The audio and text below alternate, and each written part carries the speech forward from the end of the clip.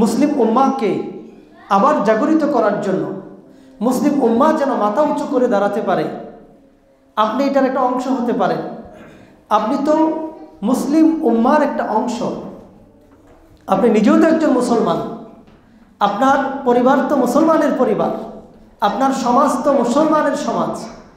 অতএব আপনি নিজে যদি মাথা উঁচু করে দাঁড়ান, আপনার পরিবার দাঁড়াবে, আপনার পরিবার যদি দাঁড়ায় আপনার সমাজ দাঁড়াবে, আপনার সমাজ দাঁড়ালে আপনার দেশ দাঁড়াবে।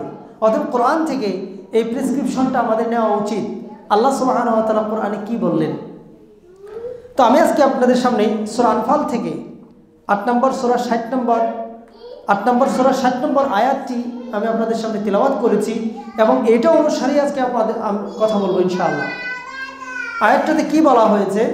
বলা হয়েছে আল্লাহ সুবহানাহু ওয়া তাআলা সূরা আনফালের এই 60 নম্বর আয়াতে বলছেন, ওয়া'ইদু লাহুম মাসতা'তুম মিন কুওয়াতিন, তোমরা কাফেরদেরকে মোকাবেলা করার জন্য তোমরা নিজেরা শক্তি সঞ্চয় করো তোমাদের সক্ষমতা অনুযায়ী।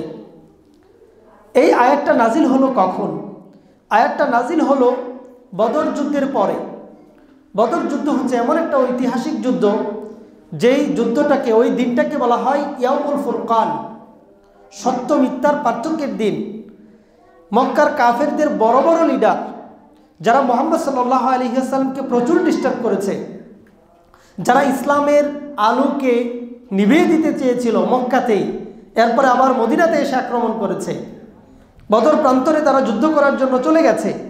এখানে বড় বড় কাফের সবগুলোই প্রায় নিহত হয়েছে। আবু জাহেল নিহত হয়েছে, আর অনেকেই বড় বড় কাফেরেরা ওই যুদ্ধেই নিহত হয়েছে। যুদ্ধ শেষ, মুসলমানদের বিজয়, এক বিশাল বিজয়, ইতিহাস হয়ে আছে। এখন যুদ্ধ শেষ হওয়ার পরে আল্লাহ সুবহানাহু ওয়া তাআলা আয়াত নাজিল করলেন, কাফেরদের বিরুদ্ধে তোমরা প্রস্তুতি গ্রহণ করো তোমাদের সক্ষমতা অনুযায়ী, তোমরা শক্তি সঞ্চয় করো। কি বোঝা যায় তাহলে? যুদ্ধ তো শেষ, এখন শক্তি দিয়ে কি হবে? এই যুদ্ধ আসলে শেষ নয়, যুদ্ধের পরবর্তীতে আরো অনেক কিছু আছে, অনেক প্রস্তুতি আমাদেরকে নিতে হবে, অনেক শক্তি আমাদেরকে সঞ্চয় করতে হবে। হয়তো রক্তচক্ষু দেখাবে পরের আরেকটা গোষ্ঠী, আরো কোনো কাফের, আরো কোনো দল, আরো কোনো মতের মানুষ ইসলামের বিরুদ্ধে দাঁড়িয়ে যেতে পারে। এই কারণে তোমরা আগে থেকেই প্রস্তুতি গ্রহণ করো।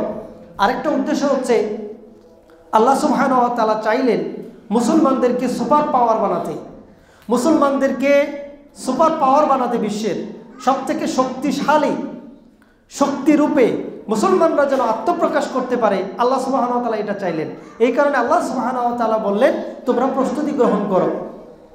আপনারা যে কয়টা যুদ্ধের ইতিহাস জানেন, হয়তো কেউ কেউ দেখেছেন আমাদের মুক্তিযুদ্ধ, যেটা 1971 সালে হয়েছিল, দেখেছেন।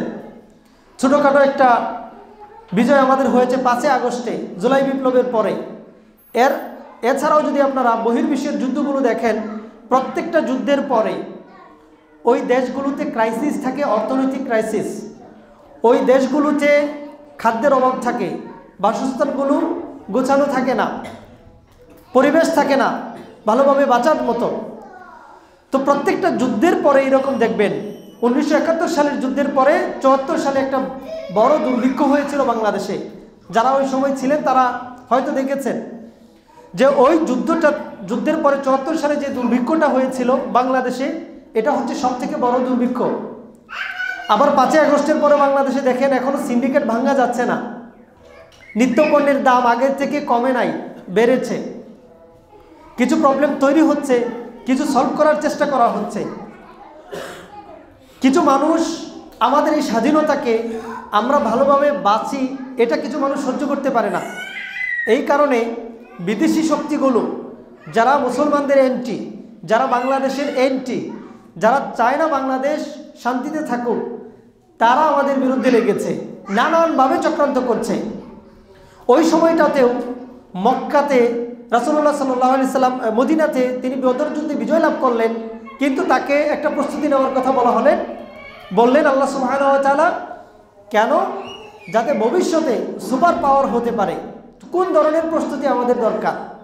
মুসলমানদের যে শক্তি অর্জনের কথা বলা হয়েছে, শক্তিটা কেন দরকার?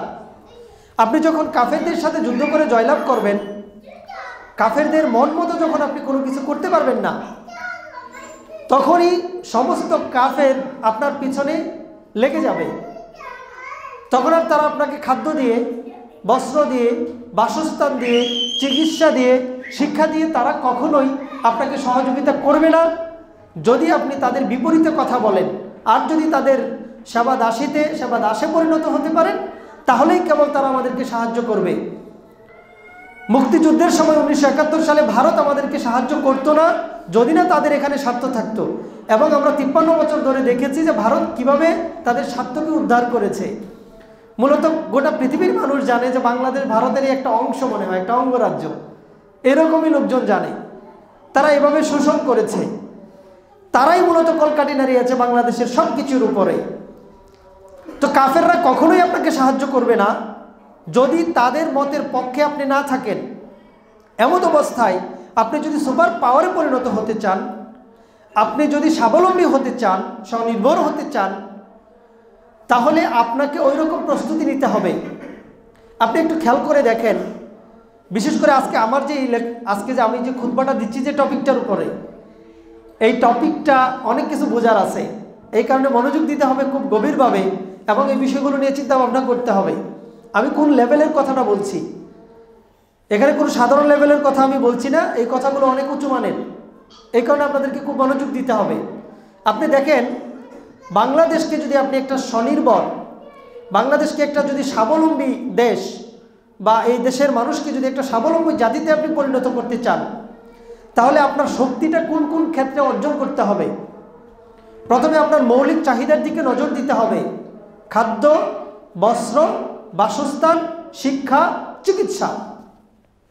খাদ্যে আমাদেরকে স্বয়ংসম্পূর্ণ দেখানো হয়েছে বারবার, বিভিন্ন রিপোর্টে দেওয়া হয়েছে ধানে আমরা স্বয়ংসম্পূর্ণ, খাদ্যে আমরা স্বয়ংসম্পূর্ণ, মৎস্য উৎপাদনে চতুর্থ, ইত্যাদি ইত্যাদি নানান বিষয়। কিন্তু আপনি দেখেন, ধানে আমরা স্বয়ংসম্পূর্ণ, তারপরেও ধান আমদানি করা লাগে কেন? আমরা খাদ্যে স্বয়ংসম্পূর্ণ, কিন্তু পেঁয়াজের জন্য কেন আমাদেরকে ভারতের উপর নির্ভরশীল থাকতে হয়?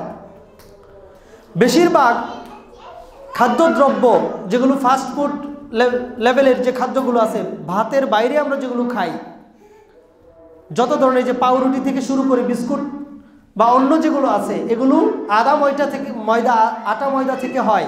এগুলোকে আমাদের দেশে উৎপাদন হয়? বেশিরভাগ আমদানি করতে হয়। আমরা কিভাবে স্বয়ংসম্পূর্ণ হলাম? আমাদের 9টা চিনি কলকে বন্ধ করে দেওয়া হয়েছে। চিনি এখন অন্য দেশ থেকে আমদানি করতে হয়। তাদের দেশে চিনি 50 টাকার কেজির উপরে লাগে না, কিন্তু আমাদের দেশে ঠিকই 140 টাকা কেজি লাগে। আমরা কি তাহলে স্বয়ংসম্পূর্ণ? আসলে আমরা খাদ্যে স্বয়ংসম্পূর্ণ না। এখন আপনি যদি কাফেরদের উপরে বিজয় লাভ করেন, মুসলমানকে একটা স্বতন্ত্র পাওয়ার হিসেবে দেখাতে চান, তারা তো আপনাকে সহযোগিতা করবে না। এখন কোনো কাফের রাষ্ট্র যদি আমাদেরকে সহযোগিতা না করে, আমেরিকা করলো না, ভারত করলো না, জাপান করলো না, চীন করলো না, এরপরে কি আমরা কতদিন বাঁচতে পারবো? আমাদের স্ত্রী সন্তান, আমাদের জনগণ নিয়ে আমরা কতদিন বাঁচতে পারবো? আমাদের নেতাদের মাথায়, আমাদের জনগণের মাথায় কি এই জিনিসটা আছে? আমাদের নেতাদের মাথায় হয়তো কারো কারো ঢুকতেছে, আর যারা বিক্রি হয়ে গেছে অলরেডি তাদের বিষয় বাদ।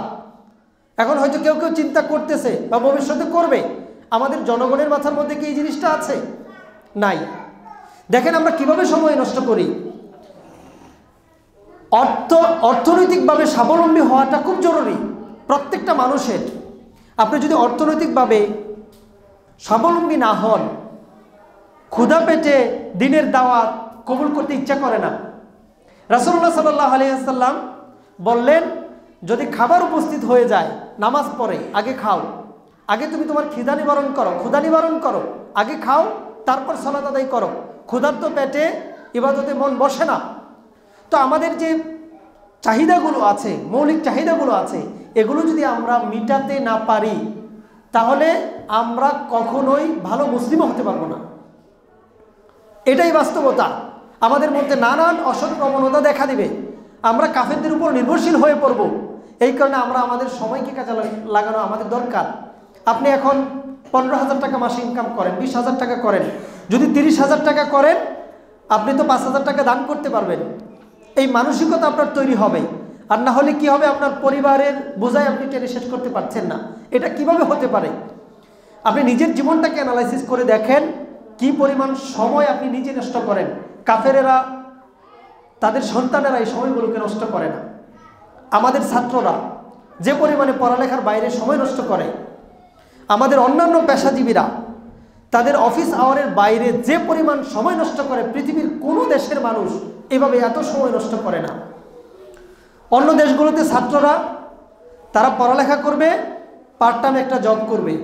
আমাদের দেশেও এরকম আছে, কিন্তু আমরা লজ্জাবোধ করি যে এই কাজটা আমি করব। এইরকম পিঠা বিক্রি করা, সবজি বিক্রি করা, গার্মেন্টসের কিছু কাপড় নিয়ে বসে পড়া রাস্তায়, এগুলো আমাদের কাছে লজ্জার বিষয়। লজ্জা আসলে হওয়ার কথা ছিল অলসতায়। আপনি যদি আরও 500 টাকা বেশি ইনকাম করতে পারতেন দিনে, আপনি যদি মাসে আরও 5,000 টাকা বেশি ইনকাম করতে পারতেন, এতে মুসলমানদের শক্তি বৃদ্ধি পেত। আপনি দাঁড়িয়ে যাওয়া মানে একটা মুসলিম পরিবার দাঁড়িয়ে যাওয়া, আপনার হাত পাতা মানে মুসলমানদেরকে ভিক্ষুকের জাতিতে পরিণত করা। আর এটা হচ্ছে কেন? কারণ আপনি অলস, কারণ আপনি লজ্জাবোধ করেন হালাল কাজ করতে। এই কারণে পার্ট টাইম অনেক কাজ করা যায়, পার্ট টাইম অনেক কাজ করা যায়। সবথেকে অলস জাতি অলসদের মধ্যে আছে। আমরা যারা কথা বলি আমাদের মধ্যে অনেকে অলস আছে। আমি দেখলাম একটা টিভি চ্যানেলের মধ্যে দেখাচ্ছে যে ইমাম সাহেব, তার পরিবার চলছে না, সংসার চলছে না, তার বউ পরামর্শ দিল যে আপনি বিরিয়ানি বিক্রি করেন, বিরিয়ানি বিক্রি করেন, আমি বিরিয়ানি তৈরি করে বানিয়ে দিব, এটা আপনি বিক্রি করেন। তিনি মান্থলি হাজার হাজার টাকা ইনকাম করছেন বিরিয়ানি বিক্রি করে। এটা কি করা যায়?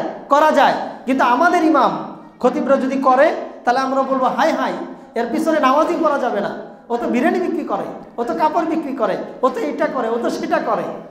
কি সমস্যা ভাই আমাদের? কি সমস্যা আমাদের? 2টা টাকা বেশি ইনকাম হলে মুসলমানেরা স্বাবলম্বী হবে। এখন আমরা এই যে এত ওয়াজ নসিহত করি, এই ওয়াজ নসিহত কাজে লাগে না। কেন লাগে না জানেন?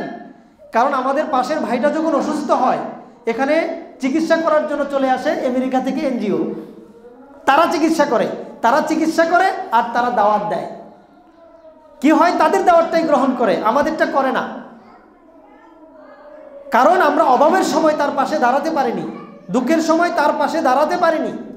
এই কারণে আপনি দেখেন আমরা খাদ্যে স্বয়ংসম্পূর্ণ না। বাস্তবে কথা হচ্ছে এটা, চাইলে আমরা নিজেরা অনেক কিছু উৎপাদন করতে পারি। এখানে যারা কৃষক আছেন, অনেক আনাচে কানাচে জায়গা পড়ে আছে।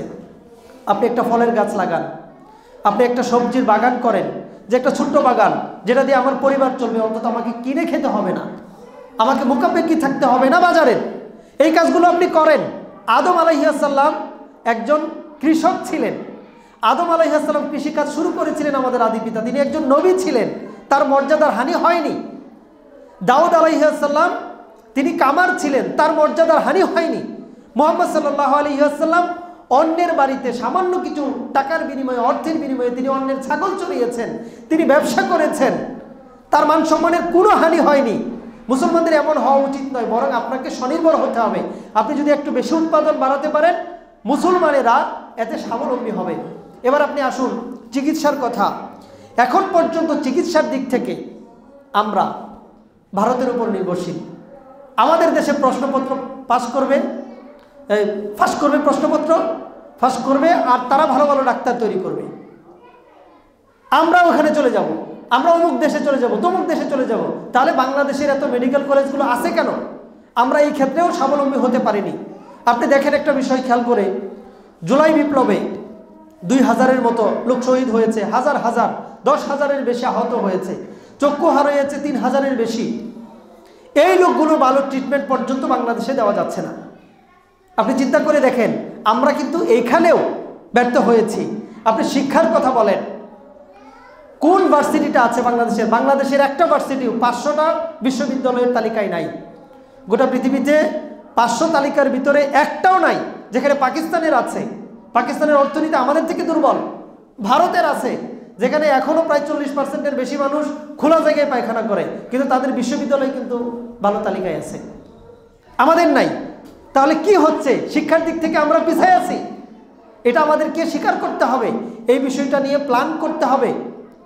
খাদ্য, বস্ত্র, বাসস্থান, শিক্ষা, চিকিৎসা, এই 5টা মৌলিক বিষয় আগে আমাদেরকে স্বনির্ভরতা অবলম্বন করতে হবে। এই কারণে আপনি নিজে উৎপাদন নিয়ে চিন্তা করেন যে কোন জিনিসটা আমি নিজে উৎপাদন করতে পারি।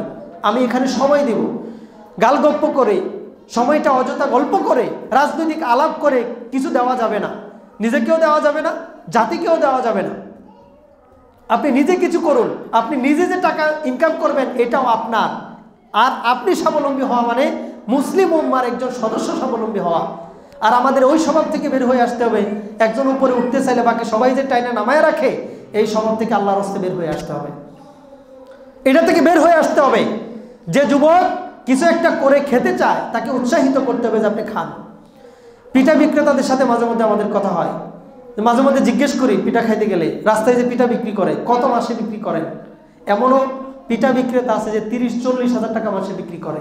ওর কি অন্যের কাছে হাত পাতা লাগবে? লাগবে না। আপনি একটা সিম্পল বিষয় চিন্তা করে দেখেন, সিম্পল বিষয় আপনি চিন্তা করে দেখেন, কেউ যদি হালাল ইনকাম করতে চায় কতভাবে তারা করতে পারে। তাহলে খাদ্য, বস্ত্র, বাসস্থান, শিক্ষা, চিকিৎসা, এই 5টা মৌলিক ক্ষেত্রে আমাদেরকে স্বাবলম্বী হতে হবে। এছাড়াও আমাদের আরও কিছু শক্তি অর্জন করতে হবে। কি শক্তি অর্জন করতে হবে? কাফেরদেরকে চ্যালেঞ্জ করার জন্য আমাদের অস্ত্র শস্ত্রে সজ্জিত হতে হবে। এই আয়াতটা যখন নাজিল হলো, আল্লাহ রাসূল সাল্লাল্লাহু আলাইহি সাল্লাম বললেন, তিরমিজির হাদিসের মধ্যে এটা উল্লেখ করা হয়েছে যে কুওয়া মিন কুওয়াতিন, শক্তি অর্জন করো। এই আয়াতটা বর্ণনা করার পর, প্রকাশ করার পর আল্লাহ রাসূল সাল্লাল্লাহু আলাইহি সাল্লাম বললেন, তীর হচ্ছে শক্তি, তীর হচ্ছে শক্তি, তীর হচ্ছে শক্তি। ওই সময়টাতে যারা তীরন্দাজ বাহিনী ছিল এরাই ছিল শক্তিশালী বাহিনী, সবথেকে বেশি শক্তিশালী বাহিনী, এবং গনিমতের মাল তাদেরকে বেশি দেওয়া হতো, এমনকি ঘোড়সওয়ারদের থেকেও বেশি দেওয়া হতো। কারণ এটা প্রশিক্ষণের একটা ব্যাপার ছিল। এই কারণে তীরন্দাজ বাহিনীতে যুক্ত হওয়া, প্রশিক্ষণ দেওয়া, তীর নিক্ষেপ করতে জানা, এগুলো সবই ইবাদত। আল্লাহ নবী সাল্লাল্লাহু আলাইহি সাল্লাম বলেছেন। কিন্তু এখন কি আপনি তীর দিয়ে যুদ্ধ করবেন? এখন যদি আপনি তীর আর তরবারি নিয়ে আর ঘোড়া নিয়ে যুদ্ধ করেন তাহলে এর আগেই শেষ আপনি। কারণ ওরা হাজার হাজার মাইল থেকে একটা মিসাইল ছুঁড়ে মারবে, আপনার এক একটা বিল্ডিং শেষ, আপনার এক একটা শহর শেষ। একটা অ্যাটম বোমা, 2টা অ্যাটম বোমা হিরোশিমা আর নাগাসাকিতে ফেলানো হয়েছিল কত বছর আগে, জাপানে, আমেরিকা ফেলেছিল। এখন পর্যন্ত ওই এলাকাতে শিশুরা জন্মগ্রহণ করলে পঙ্গু হয়ে জন্মগ্রহণ করে, অ্যাবনর্মাল হয়ে জন্মগ্রহণ করে। দেখেন প্রভাবটা কত খারাপ ছিল। এরকম একটা বোমা যদি বাংলাদেশে ফেলে দেয়, ঢাকাতে একটা, চট্টগ্রামে একটা, বাংলাদেশ শেষ। আপনার কি আছে প্রতিরক্ষা করার জন্য? মুসলমান হিসেবে আপনি কি চিন্তা করছেন? ইসলাম এটা শিক্ষা দেয় কাফেরদের থেকে কিভাবে আপনি প্রতিরক্ষা করবেন নিজেকে, এটা শিক্ষা দেয়।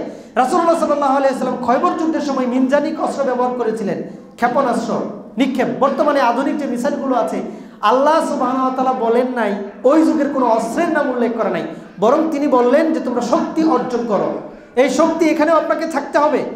এই যে কিছুক্ষণ আগে বললাম, ফিলিস্তিনিরা চিৎকার করে করে বলছে, আর্তনাদ করে করে বলছে যে আমাদেরকে গিয়ে দেখার মতো কেউ নাই, মানবতা আজকে কোথায়, আজকে জাতিসংঘ কোথায়, আজকে সৌদি আরবের এই ধনী ধনী রাজা বাদশাগুলো কোথায়, আমাদের শাসকগুলো কোথায়?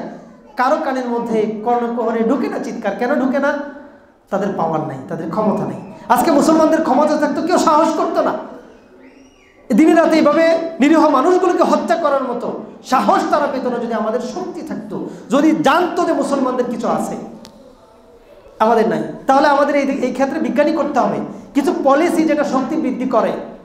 আল্লাহ তাআলা মুসলমানদেরকে এত সম্পদ দিয়েছেন, আপনি যদি অ্যানালাইসিস করেন, মুসলমানদের যে দেশগুলো আছে মাটির নিচে এত সম্পদ, মাটিগুলো এত উর্বর, সুবহানাল্লাহ, এত নিয়ামত, এবং এটা আল্লাহ তাআলা ওয়াদা, যারা ঈমান আনবে এবং তাকওয়ার নীতি অবলম্বন করবে তাদেরকে আল্লাহ দিবেন।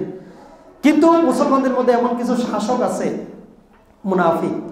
সিরিয়ার অবস্থাটা আপনি দেখেন, সিরিয়ার অবস্থাটা আপনি দেখেন। বাশার আল আসাদ এই মুনাফিকটাকে দূর করেছে। এদের পরিবারটা আমেরিকা আর ইসরায়েলের পা চাটতে চাটতে মুসলমানদের কি একটা অবস্থা করেছে। যাই হোক, আল্লাহ সুবহানাহু ওয়া তাআলা বিজয় দিয়েছে, গোটা পৃথিবীতে উল্লাস। এখন কাবাগরের ইমাম পর্যন্ত তাদেরকে স্বাগত জানিয়েছে, তাদের এই জয়ের বিজয়ে বার্তা পাঠিয়েছে। আলহামদুলিল্লাহ, এটা মুসলমানদের বিজয়। আফগানিস্তানের বিজয় মুসলমানদের বিজয়, বাংলাদেশের বিজয় মুসলমানদের বিজয়, আলেম ওলামাদের বিজয়। কারণ এরা তো মুশরিকদের পা চাটাচ্ছিল। এই বিষয়টা আপনাকে খেয়াল করতে হবে। এখন আপনি খেয়াল করে দেখেন, এখনও কিছু কিছু দেশ আছে যারা এখনও পা চাটে। একটা কথা বললেই মানুষ উল্টা মনে করে। একটা চুক্তি হয়েছিল আজ থেকে প্রায় 50 বছর আগে, পেট্রো ডলার এগ্রিমেন্ট। এই পেট্রো ডলার এগ্রিমেন্টটা করেছে সৌদি আরবের সাথে আমেরিকা। মাহাথির মোহাম্মদ মালয়েশিয়ার প্রেসিডেন্ট বলেছিলেন, সৌদি আরবের যে তেল আছে, যে তেল সৌদি আরবে, এই তেল যদি আমার থাকতো আমি গোটা পৃথিবীকে শাসন করতাম। আপনি চিন্তা করেন, মাহাথির মোহাম্মদ মালয়েশিয়ার প্রেসিডেন্ট এই কথা বলেছিলেন, একজন মুসলিম প্রেসিডেন্ট। যেই তেল সৌদি আরবে আছে, এই তেল যদি আমার থাকতো তাহলে আমি গোটা পৃথিবীকে শাসন করতাম। তাহলে সে মাথা নিয়ে চিন্তা করেই কথাটা বলেছে। আর আমাদের শাসকরা কি করেছে আপনি খেয়াল করেন, পেট্রো ডলার এগ্রিমেন্ট করে বলেছে, তাদের সাথে একটা চুক্তি করেছে, ডলারের বিনিময়ে তেল, ডলার দিলে তেল দিবে। এই যে আমরা বাংলাদেশি টাকা, আমরা কোটি কোটি টাকা দিলেও আমাদেরকে তেল দিবে না, তেল আমাদের কাছে বিক্রি করবে না। আমরা ওই টাকাটাকে ডলারে রূপান্তর করব, ডলার দিয়ে তেল কিনতে হবে। এটার মানে আপনি বুঝেন, আপনি ডলারের দামটা বাড়িয়ে দিলেন। এভাবে করে 50 বছরেরও বেশি সময় ধরে আমেরিকা গোটা পৃথিবীকে শাসন করছে শুধু একটা কলকবজা দিয়া। তারা যে পরিমাণ ডলার ছাপাইতে কি লাগে, কাগজ লাগে, তারা কাগজ ছাপায়, মেশিন থেকে ছাপায় আর দেয়, এটা দিয়ে তেল পাঠায় দেয় আমেরিকাতে। আমেরিকাতে যে পরিমাণ তেল রিজার্ভ করা আছে, এই তেল দিয়ে তারা গোটা পৃথিবীর তেল শেষ হয়ে গেলেও আরও 3-4 বছর তারা টিকতে পারবে।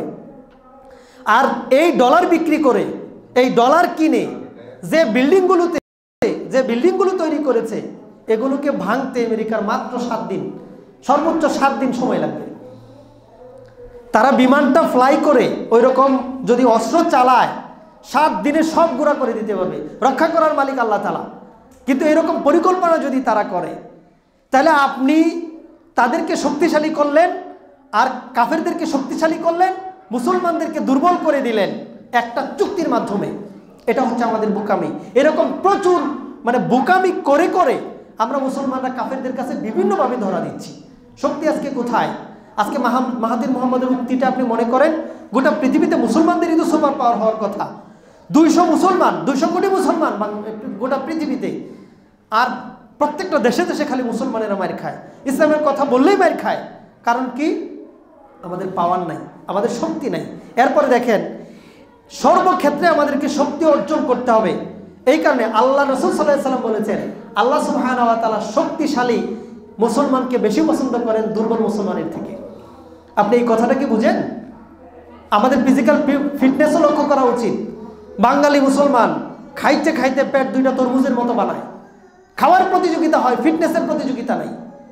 আপনি চিন্তা করেন, আমি একটা গল্পের কথা শুনেছিলাম যে হুজুর ইচ্ছা করেছিলেন যে আমি জিহাদে যাব, প্রশিক্ষণ দিচ্ছিলেন। এরপরে তাকে 3-4 জনে ধরে পাহাড়ের উপর তোলা লাগে, কারণ যে সাইজ, এটা দিয়ে তিনি উঠতে পারেন না। এটা আমাদের জন্য দুর্ভাগ্য। আমরা ফিজিক্যালি অনেক দুর্বল। কেন দুর্বল? আমাদের ফুড হ্যাবিটের কারণে, আমাদের খাদ্যাভ্যাসের কারণে, আমাদের ঘুমের অভ্যাসের কারণে আমরা দুর্বল শারীরিকভাবে। আমরা কাজ করি না, অলস জাতিতে পরিণত হচ্ছি। আপনি চিন্তা করেন, আমরা অলস জাতিতে পরিণত হচ্ছি। অথচ আপনি দেখেন প্রত্যেকটা দেশের, কাফের দেশের যুবকেরা কত শক্তিশালী। তারা সবসময় নিজেকে ফিট রাখার চেষ্টা করে। আমরা না বুঝি খাদ্যাভ্যাস, না বুঝি সময়ের ব্যবস্থাপনা, টাইম ম্যানেজমেন্ট, কোনো কিছুই আমরা বুঝি না। অথচ আমাদের এই বিষয়গুলো খেয়াল রাখা দরকার। আমাদের পূর্ববর্তী সালাফ যারা ছিলেন, আমাদের পূর্ববর্তী যারা ছিলেন, তারা হিসাব করে করে খেতেন, কোন খাবারটা আমার জন্য ভালো, কোনটা মন্দ, কোন কাজটা আমার জন্য ভালো, কোনটা মন্দ, এগুলো করতেন। এগুলো দুনিয়াবি অ্যাসপেক্টে হলেও এটা মুসলমানদের শক্তি, এটা মুসলমানদের শক্তি। এইভাবে শক্তি অর্জন করতে হবে। এরপরে দেখেন বলা হয়েছে, অমিন রিবাতিল খাইলি, তোমরা কি করো? ঘোড়াকে প্রস্তুত করো। ওই সময়টাতে আল্লাহ সুবহানাহু ওয়া তাআলা বললেন, তোমরা এই কাফেরদের বিরুদ্ধে তোমরা তোমাদের ঘোড়া প্রস্তুত করো। তো ঘোড়া প্রস্তুত করতে কি কি লাগে? শুধু ঘোড়া দিয়ে যুদ্ধ করা যায় না। আর ঘোড়া এটা বললেই হয়ে গেল না। ঘোড়া নিয়ে একটা সাবজেক্ট আছে, অ্যানিম্যাল হাজবেন্ডারি। এটা বিশাল সাবজেক্ট, এটা নিয়ে গবেষণা হয়, এটা নিয়ে পড়াশোনা হয়, এটা নিয়ে ফ্যাকাল্টি আছে। বিভিন্ন বিশ্ববিদ্যালয়ে বাংলাদেশেও পড়ানো হয়, বিদেশেও পড়ানো হয়। বিশাল এক বিষয়। তো এখানে আল্লাহ সুবহানাহু ওয়া তাআলা বললেন অশ্ববাহিনী। আল্লাহ সুবহানাহু ওয়া তাআলা একটা শব্দ দিয়ে তিনি বোঝাতে চাইলেন মুসলমানদের কোন কোন বিষয়ে কাজ করা দরকার। তিনি ঘোড়ার কথা কেন বললেন? আর ঘোড়াটা কি বর্তমান সময়ের জন্য ফিট হবে কিনা। ঘোড়া দিয়ে তখন তিনি বুঝালেন যে একটা ঘোড়া যদি কেউ প্রস্তুত করতে চায় যুদ্ধের জন্য, বিশেষ করে রিবাতুল খাইলি, যুদ্ধের ঘোড়া, এটা যদি কেউ প্রস্তুত করতে চায় তাহলে এই ঘোড়ার জন্য কি কি লাগবে। ঘোড়ার উপরে একটা সিট থাকে, চামড়ার তৈরি, স্যাডল বা জিন বলে এটাকে। এইটার জন্য একটা শিল্প গড়ে উঠেছে। মাঝখানের যে মানে আজ থেকে আপনি যদি দেখেন 60, 70, 80, 100 বছর পূর্বে ওই প্রথম বিশ্বযুদ্ধ, এগুলোর যে পূর্বের যে যুদ্ধের ইতিহাসগুলো আছে, ওইখানে ঘোড়া যাদের ছিল, শক্তিশালী ঘোড়া, তারাই বেশি জয়লাভ করেছে। তা আপনি খেয়াল করে দেখেন ওইটা নিয়ে শিল্প গড়ে উঠেছে। ঘোড়ার খুরের মধ্যে যে ব্যবহার করা হয়, ঘোড়ার নাল বলা এটাকে, নাল, যাতে সে ভালোভাবে হাঁটতে পারে ঘোড়া, এটার জন্য শিল্প গড়ে উঠেছে। যেটা দিয়ে পা দিয়ে আপনি ঘোড়ার উপরে উঠবেন, এটা নিয়ে শিল্প গড়ে উঠেছে, ইন্ডাস্ট্রি। তার মানে আল্লাহ সুবহানাহু ওয়া তাআলা ঘোড়াকে প্রস্তুত করার মধ্য দিয়ে বুঝিয়ে দিলেন, এই অশ্ববাহিনী প্রস্তুত করার মধ্য দিয়ে বুঝিয়ে দিলেন যে আরও সাইডে অনেক ইন্ডাস্ট্রি আছে, এগুলোও কিন্তু মুসলমানদের গড়ে তুলতে হবে। মানে অর্থনৈতিকভাবে স্বাবলম্বী হতে হবে, সব দিক থেকে মুসলমানদের স্বাবলম্বী হতে হবে। এটা তোমরা কেন করবে? আর আগের যদি ঘোড়া হয় তাহলে বর্তমানে কি করবেন আপনি? ঘোড়া না, বর্তমানে আপনাকে ওই ফাইটিং বিমানগুলো তৈরি করতে হবে, বর্তমানে আপনাকে মিসাইল তৈরি করতে হবে, এই ধরনের আধুনিক সাবমেরিন তৈরি করতে হবে, এগুলো প্রস্তুত করতে হবে যদি আপনি কাফেরদের বিরুদ্ধে টিকে থাকতে চান। আল্লাহ বলেন নাই যে কাফেরদেরকে শুধু ছুঁড়ে মারো, কাফেরদেরকে মারো, এটা বলেন নাই, কিন্তু প্রস্তুতি নিতে। যদি জানে যে আপনার কাছে এই অস্ত্রটা আছে তাহলে কখনোই তারা সাহস করবে না, কখনোই তারা সাহস করবে না। আমাদেরকে এভাবে পাখির মতো গুলি করে মারার সাহস তারা কখনোই করবে না, তারা যদি জানে যে মুসলমানদের এগুলো আছে। কিন্তু আমাদের নাই, এগুলো আমাদের নাই। আমাদের মেধাগুলো বিক্রি করে দেওয়া হচ্ছে, অল্প টাকার বিনিময়ে আমাদের মেধাগুলোকে বিক্রি করে দেওয়া হচ্ছে। এই কাজগুলো আমরা কেন করব? এই কাজগুলো আমরা এই কারণে করবো, আল্লাহ বলছেন তুরহিবুনা বিহি আদুওয়াল্লাহি ওয়া আদুওয়াকুম, তোমরা আল্লাহর শত্রুদেরকে এটা দ্বারা ভয় দেখাও। দেখেন হত্যার ব্যাপারটা আসে না, আসছে কি এগুলো দ্বারা তোমরা যে শক্তি সামর্থ্য অর্জন করেছো এটা দিয়ে তোমরা কাফেরদেরকে, আল্লাহর শত্রুদেরকে ভয় দেখাও। আগে আসছে আল্লাহর শত্রু, এরপরে বলছে তোমাদের শত্রু। আল্লাহর শত্রু মূলত ইহুদিরা, এরা হচ্ছে আল্লাহর শত্রু। খ্রিস্টানরা, মুশরিকরা, এরা হচ্ছে আল্লাহর শত্রু, এরা চিরস্থায়ী জাহান্নামী। আল্লাহর শত্রু মানে তারা আমাদের শত্রু। কিন্তু ভুল হয়েছে, আমাদের মুনাফিক কিছু শাসক তারা এই কাফেরদেরকে বন্ধু বানিয়ে নিয়েছে। আল্লাহ সুবহানাহু ওয়া তাআলা বলেছেন, আল্লাহ সুবহানাহু ওয়া তাআলা বলছেন সূরা মায়েদার 51 নম্বর আয়াতে এটা উল্লেখ করা হয়েছে, ইয়া আইয়ুহাল্লাযীনা আমানু লা তাত্তাখিযুল ইয়াহুদা ওয়ান নাসারা আউলিয়াকুম, হে ঈমানদারেরা তোমরা ইহুদি এবং খ্রিস্টানদেরকে তোমাদের বন্ধু বানিও না। আজকে আপনি দেখেন মুনাফিক শাসকগুলো এই কাফেরদেরকে ছাড়া চলতে পারছে না, তাদেরকে অভিভাবক বানিয়েছে। এর মধ্যে রকটা কৌশল করে আমাদের দেশ থেকে নিয়ে যায়, আর তাদের দেশের মডেল আর নায়িকা আছে, ভিডিও ফুটেজ ধারণ করে এরপরে বলে যে যা যা বলবো তা তা করবা, যা যা বলবো তা তা করবা, না করলে কিন্তু ভিডিও ফাঁস। এভাবে করে কাবু করে। আবার আপনি দেখেন আমাদের অনেক দেশের শাসক আছে যারা আমেরিকাতে পড়তে যায়, ইউরোপের দেশগুলোতে পড়তে যায়, নারীকে টুল হিসেবে তারা ব্যবহার করে। এটা আমাদের চারিত্রিক অধঃপতনের কারণে হয়েছে। এভাবে করে তারা ট্র্যাপে ফেলে বিভিন্নভাবে মুসলমানদের ক্ষতি করছে। আপনি দেখেন এরা হচ্ছে আমাদের শত্রু, কাফেরেরা, এই ইহুদিরা এবং এই যারা খ্রিস্টান, তারা আমাদের কখনোই বন্ধু হতে পারে না। আপনি দেখেন সূরা মায়েদার মধ্যে 82 নম্বর আয়াতে আল্লাহ সুবহানাহু ওয়া তাআলা বলেছেন, লা তাজিদান্না আশাদ্দুন নাসি আদাওয়াতান লিল্লাযিনা আমানুল ইয়াহুদা ওয়াল্লাযিনা আশরাকু, তুমি মুসলমানদের সবথেকে সবথেকে শত্রু, মুসলমানদের সবথেকে শত্রু দেখতে পাবে ইহুদিদেরকে এবং যারা মুশরিক তাদেরকে। ইহুদিরা আমাদের শত্রু এবং মুশরিকরা হচ্ছে আমাদের শত্রু। এরা শত্রুতার দিক থেকে সবথেকে বেশি এগিয়ে আছে। অতএব তাদের বিরুদ্ধে আমাদের একটা প্রস্তুতি থাকতে হবে, তাদেরকে কখনো আমরা বন্ধু হিসেবে গ্রহণ করতে পারবো না।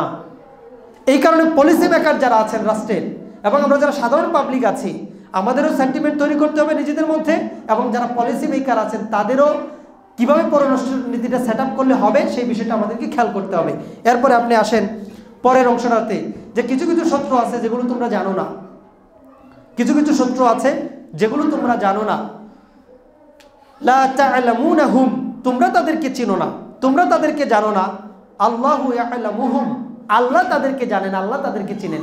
কিছু গুপ্তচর আছে, কিছু রয়ের এজেন্ট আছে, কিছু মোসাদের এজেন্ট আছে যারা বাংলাদেশে মুসলমানদের বিরুদ্ধে কাজ করে, এবং র এমনভাবে সেট আপ করেছে, এ ক্যাটাগরির দালাল, বি ক্যাটাগরির দালাল, সি ক্যাটাগরির দালাল। আপনি একটাকে ধরবেন, আরেকটা প্রোটেকশন দিবে। নানানমুখী ষড়যন্ত্র আছে। আপনি দেখেন গোটা পৃথিবীতে তারা কিভাবে এই তাদের গোয়েন্দা সংস্থার মাধ্যমে গোটা পৃথিবীকে কিভাবে নিয়ন্ত্রণ করছে, এই সূত্রগুলোকে হয়তো আমরা চিনি না, আমরা নিজের চোখে দেখি না, কিন্তু আল্লাহ কিন্তু তাদেরকে দেখেন। এবার আল্লাহ সুবহানাহু ওয়া তাআলা একটা কথা বলছেন, কি বলছেন?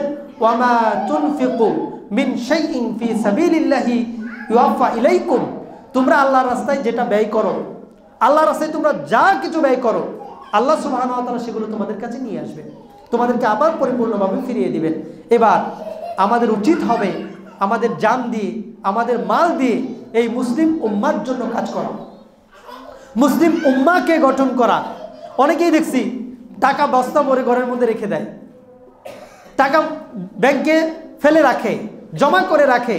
এই লোকটা যদি চিন্তা করতো যে আমি আমার দেশের যুবকদের জন্য একটা কর্মসংস্থান তৈরি করে দিব, আমি আমার এলাকার যুবকদের জন্য একটা কর্মসংস্থান তৈরি করে দিব, আমি 100, 500, 1000 মানুষের জন্য কর্মসংস্থান তৈরি করে দিব, টাকাটা এইভাবে অলসভাবে ফেলে না রেখে, এই প্রপার্টিটাকে ফেলে না রেখে। এখন আমাদের জমির মধ্যে আগাছা হবে, তাও অন্য কৃষককে চাষ করতে দিবে না। উমর রাদিয়াল্লাহু তাআলা ডিক্লেয়ার দিয়েছিলেন যে জমির মধ্যে কেউ চাষ করে না, যে চাষ করবে এটা তার। সুযোগ দেওয়া উচিত। আপনি যদি আপনার প্রপার্টি কাজে লাগাতে না পারেন, মিনিমাম লাভে আপনি আপনার ভাইটাকে স্বাবলম্বী করেন, আপনি আপনার যুবক ভাইটাকে, আপনি আপনার প্রতিবেশীকে স্বাবলম্বী করেন। এখন আমাদের প্রতিযোগিতা হচ্ছে এমন, আমার গ্রামের মধ্যে যদি অমুক ছেলেটা বড় বিজনেসম্যান হয়ে যায়, তা আমাকে সে পাত্তা দিবে না। সমস্যাটা হচ্ছে এই জায়গাতে, আমাদের এই ইগোটা কাজ করে যে সে যদি বড় হয়ে যায় আমার মূল্য কমে যাবে। ইন্না লিল্লাহি ওয়া ইন্না ইলাইহি রাজিউন। আপনার বাবা উচিত যে আপনার একজন মুসলিম ভাই অনেক ভালো করছে, আপনার প্রতিবেশীটা ভালো করছে, প্রতিবেশীর ভালো চাওয়া, একজন মুসলিম ভাইয়ের ভালো চাওয়া মানে হচ্ছে আল্লাহ আপনার ভালো চাইবেন। আমাদের এভাবে করে পরস্পর কাজ করা উচিত, কাঁধে কাঁধ মিলিয়ে। আপনার কাছে টাকা আছে, আপনি চাইলে কর্মসংস্থান তৈরি করতে পারেন, আপনি করে দেন। আপনার মেধা আছে, আপনি চাইলে 2-1টা যুবককে খাটাতে পারেন, করে দেন। এভাবে আপনি যত অর্থ আপনি কাজে লাগাবেন, আপনি যদি ডিরেক্ট দান নাও করেন, তারপরে আপনি এটার জন্য একটা বিশাল উপাদান পাবেন, বিশাল আপনি প্রতিদান পাবেন। কেন পাবেন? কারণ আপনি এইটা মূলত আল্লাহর সন্তুষ্টির জন্যই কাজে লাগাচ্ছেন, আল্লাহর সন্তুষ্টির জন্যই ব্যয় করতেছেন। আপনি বলতেছেন যে আমি 5000 টাকা তোমাকে দান করব না, 5000 টাকা দিয়ে আমি একটা তোমাকে ভ্যান কিনে দিলাম, তুমি ভ্যান দিয়ে ব্যবসা করো, তুমি নিজে স্বাবলম্বী হও, তুমি তোমার পরিবারকে স্বাবলম্বী করো। এভাবে আপনি করলেন, এটাও কিন্তু এটা আরো বেশি, আপনার এটাতে আরো বেশি সব পাওয়ার কথা। এভাবে যদি আপনি আপনার অর্থকে বিনিয়োগ করেন, ব্যয় করেন গোটা মুসলিম উম্মার জন্য, আমাদের নিজেদের যে প্রপার্টি বাংলাদেশে আছে, এটা যদি আমরা নিজেদের মধ্যে কাজে লাগাতে পারতাম, তাহলে দেখতেন সত্যি সত্যি বাঙালি মুসলিম হিসেবে আমরা শক্তিশালী এক জাতিতে আত্মপ্রকাশ করতে পারতাম। কিন্তু আমাদের এই চিন্তা ভাবনাগুলো নাই, আমরা অন্যের ভালোটা চাই না। এখন আমাদের সামগ্রিকভাবে মুসলমানদের উচিত এইভাবে শক্তি অর্জন করা। আর না হলে আপনি যতই চিৎকার করেন, আপনার এই চিৎকারের ধ্বনি কারো কানের মধ্যে দিয়ে ঢুকবে না, কেউ আপনার কথা শুনবে না, কেউ আপনাকে পাত্তা দিবে না। আপনি নিজের জায়গা থেকে চেষ্টা করুন স্বাবলম্বী হওয়ার জন্য। অলসভাবে সময় নষ্ট করবেন না, রাজনৈতিক আলাপ করে সময় নষ্ট করবেন না, বসে বসে আড্ডা দিয়ে সময় নষ্ট করবেন না। যতটুকু সময় পারেন পরিবারকে স্বাবলম্বী করার চেষ্টা করুন, যতটুকু পারেন আপনার এলাকার জন্য কাজ করুন, যতটুকু পারেন আপনি আপনার মুসলিম উম্মার জন্য কাজ করুন। যতটুকু সামর্থ্য আল্লাহ আমাদেরকে দিয়েছেন, অলসভাবে একটা সেকেন্ড সময় নষ্ট করবেন না। আল্লাহ আমাদেরকে কবুল করে নিন, আমিন।